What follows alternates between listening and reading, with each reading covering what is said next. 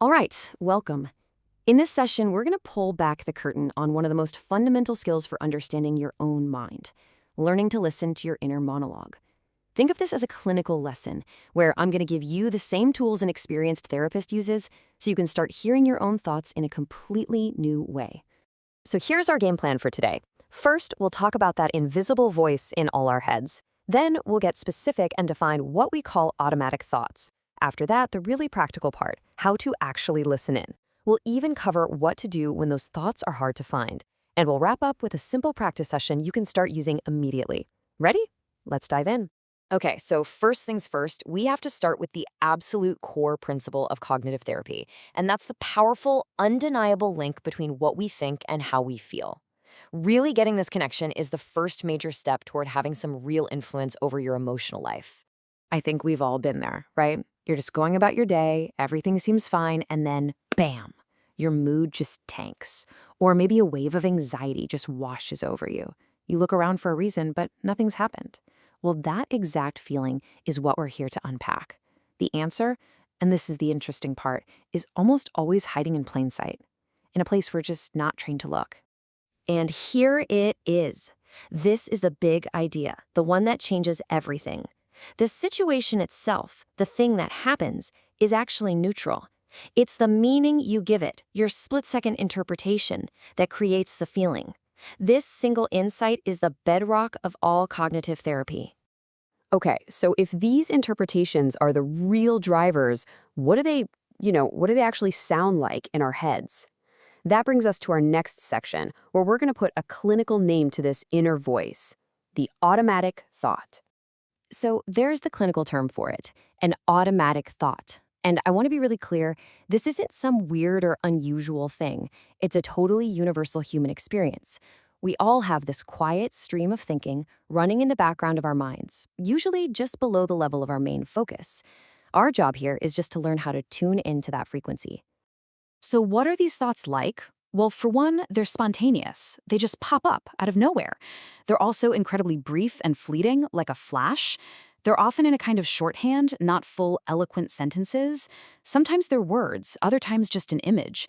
But here's the most important part, the real kicker. We tend to react to them as if they are 100% undeniable fact, without even thinking about it. Let's make this real. Here's a classic example from a case study. Imagine a student, Sally, is trying to read a textbook. This thought just flashes into her mind. You see how it works? It's quick, it's absolute, and in that moment, it feels completely true. And you can see the direct result, right? It's a simple chain reaction.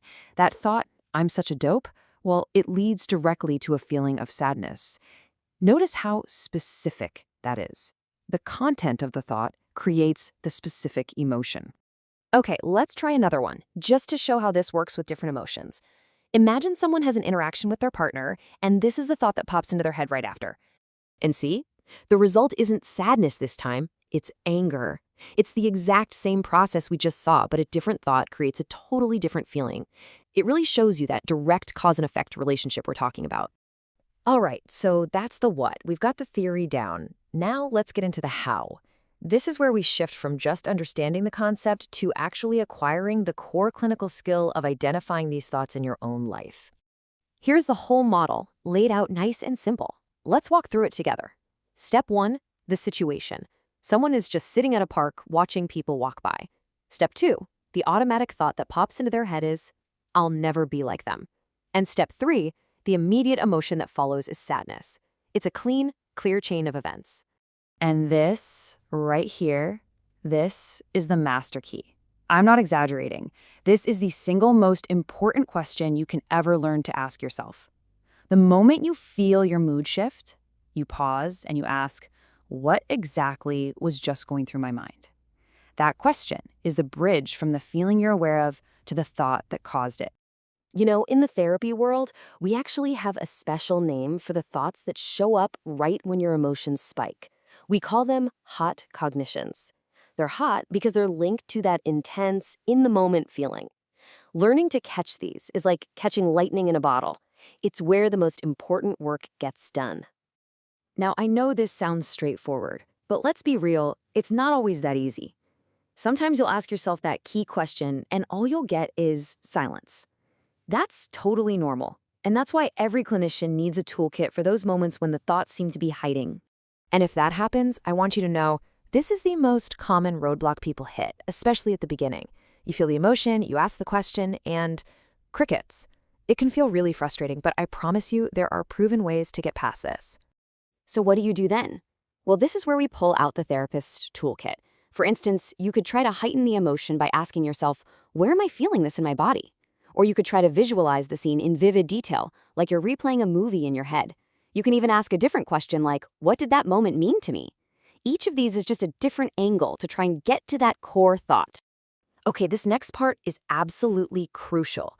We are not looking for a summary or an interpretation of your thoughts. We're looking for the exact words that flash through your mind. Notice the difference here. I guess I was wondering. That's a vague analysis after the fact. He probably thinks I'm strange. That's the raw data. That's the actual thought. To do this work, you need the raw data.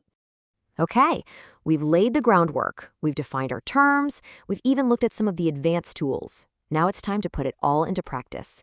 This is your first assignment, your first practice session. No, this is simple, but it's not always easy. Your task is to start using your negative emotions as a signal, like a little alarm bell. The moment you feel that shift in sadness, in anger, in anxiety, I want you to pause and ask that magic question. And then just jot down the answer. You're not trying to fix it or argue with it yet. You are simply becoming an observer of your own mind. And I really want you to get this. The reason this skill is so powerful is because it's the first step to real change. By just identifying a thought, you're taking it out of the shadows and looking at it in the light. The goal isn't just to notice these thoughts. The ultimate goal is to be able to put them on trial and ask a very simple, powerful question. Is this actually true? So let's bring this all home with one last question, just for you, right now. As you're finishing up listening to this, just take a moment and tune in. What is your inner voice telling you? Are there any automatic thoughts present? Maybe about what you've just learned or what you have to do next? Learning to ask is the beginning of learning to listen.